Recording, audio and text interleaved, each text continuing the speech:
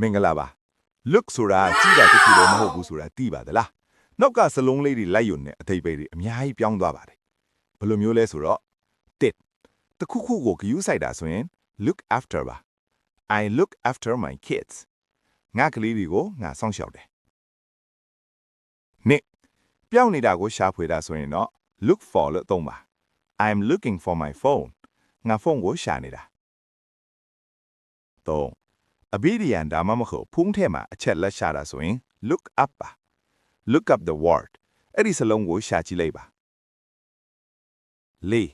တခုခုကိုစိတ်လှုပ်ရှားစွာနဲ့မျှော်လင့်နေတာဆိုရင် look forward to လို့ပြောရပါတယ် I look forward to seeing you မင်းကိုတွေ့ဖို့မျှော်လင့်နေပါတယ်ငါတခုခုကိုတတိခါဖို့တတိပေးတဲ့အခါ look out လို့သုံးပါတယ် look out there's a car တတိထားကားလာနေတယ်6ပြဿနာတစ်ခုကိုစုံစမ်းစစ်ဆေးတာဆိုရင်က look into ပါ I will look into this problem ဒီပြဿနာကိုငါစုံစမ်းလိုက်မယ်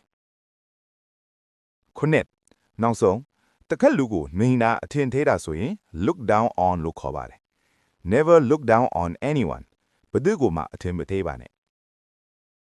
ဒီဗီဒီယိုလေးကအသုံးဝင်ရင် like လုပ်ပြီး Easy English for All ကို follow လုပ်ထားဖို့မမေ့နဲ့အောင်နော်နောက်ထပ်ဘာတွေသိချင်သေးလဲ comment မှာရေးခဲ့ပါအောင်See you next time